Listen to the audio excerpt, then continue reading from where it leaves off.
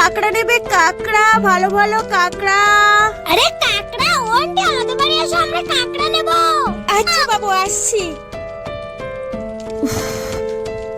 Aunty কাঁকড়া কত করে? বাবু, একটা একটা 20 টাকা করে পিস। আর দেখো বাবু, কাঁকড়াগুলো খুব বড় বড়, আর এতে ঘিও হবে। আন্টি সেটা নয় বুঝলাম, কিন্তু আমার মা গিয়েছে কলে জল আনতে, আর আমি কাঁকড়া খেতে খুব ভালোবাসি। আর আমার কাছে তো টাকা নেই, আমি যদি তোমাকে আমাদের কাছ থেকে একটা পেঁপে দিই তাহলে তুমি আমাকে একটা কাঁকড়া দেবে।